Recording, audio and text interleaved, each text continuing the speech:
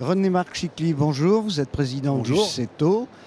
Euh, Vous m'avez semblé, lors de votre dernière déclaration, raisonnablement optimiste vis-à-vis de vos voyagistes. Oui, effectivement, dans mes dernières déclarations, elles sont issues quand même des dernières ouvertures.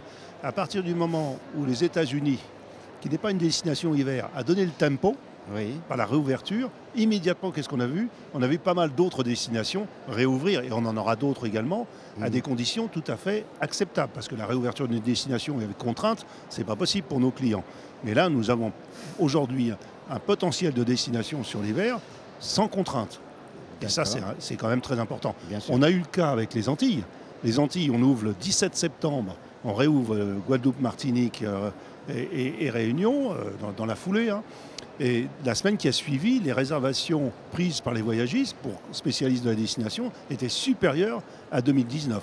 Ah oui, c'est très important. Mais justement, puisque vous me parlez des îles, notamment Martinique, Guadeloupe, il reste encore un couvre-feu à partir de 22 heures. Est-ce que ça risque d'être... Alors, le couvre-feu est une contrainte, Oui. mais pas suffisant quand même pour effrayer les commandes, parce que tout le monde pense que le couvre-feu va également s'améliorer de semaine en semaine et qu'on va arriver sur des réservations aussi bien pour la Toussaint que pour Noël, où il n'y aura quasiment pas de couvre-feu.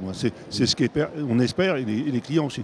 Mais les clients réservent en connaissance de cause. Bien sûr, bien sûr. Vous avez également déclaré très récemment qu'il fallait s'attendre à de nouveaux comportements des voyageurs, notamment en termes de commandes, de prise de commande. Vous pouvez préciser? Oui, alors la Covid, bien évidemment, ça a changé complètement les conditions de vente, hein, puisqu'on a vu l'aérien, et Dieu sait si pendant des années l'aérien ne remboursait pas, rembourser, voire émettre des avoirs, mais Bien sûr. dans la deuxième vague, rembourser, et ce qui oblige aussi les tour opérateurs à offrir la même possibilité aux clients. Aujourd'hui, pour vendre un voyage, il faut offrir la possibilité de remboursement aux clients en cas de Covid ou quoi que ce soit. Et tous les opérateurs se mettent au diapason. Bien Il sûr. n'y a pas de raison. Et d'autant plus que les commandes se font à moins 15 jours, alors qu'elles étaient à moins 20 jours sur le moyen courrier aujourd'hui. Donc le client décide au dernier moment, au dernier moment, y compris pour les destinations long courrier. On est en train de vendre de l'île Maurice pour Noël. Bien sûr. Donc finalement, dans ce qui pourrait être de nouvelles conditions de vente, vous seriez prêt, et vos adhérents également, à garantir ce remboursement, et sous quelles conditions? Bah, le remboursement sans frais va faire partie des recommandations qu'on fait à nos voyagistes, et je pense qu'ils vont le suivre, parce que le client l'exige aujourd'hui. Bien Donc sûr. remboursement sans frais, avec possibilité immédiate, parce que de nombreux de nos clients, lorsqu'il y a la moindre incapacité de voyager, recherchent une autre destination du même tour opérateur.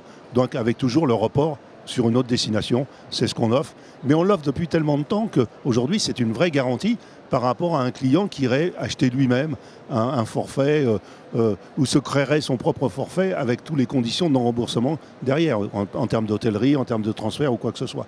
Donc il faut qu'on mette en avant au niveau de la profession toute cette garantie. Bien sûr, ça c'est une bonne chose. Et dernière question, René-Marc. Vos rapports avec les pouvoirs publics sont plutôt bons. Vous êtes satisfait des dernières déclarations de M. Griset ou de M. Lemoine? Et est-ce que vous espérez encore un peu plus? Alors on est effectivement très satisfait. On a avec les instances, toutes les instances, que ce soit l'ODV, APST, CETO, fait en sorte qu'on obtienne le maximum, puisqu'on se rappelle, on était donc à 15% minimum de chiffre d'affaires, on l'a ramené à 5, voire quel cas particulier serait traité, nous l'a garanti Jean-Baptiste Lemoine.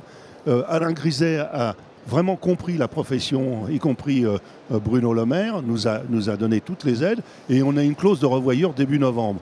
Mais ce qu'on souhaite tous, c'est retravailler. Bien sûr, c'est pas continuer les aides, c'est le souhait de tout le monde. Bien sûr. Eh bien, écoutez, merci René-Marc, et puis bonne chance pour l'avenir. Merci beaucoup.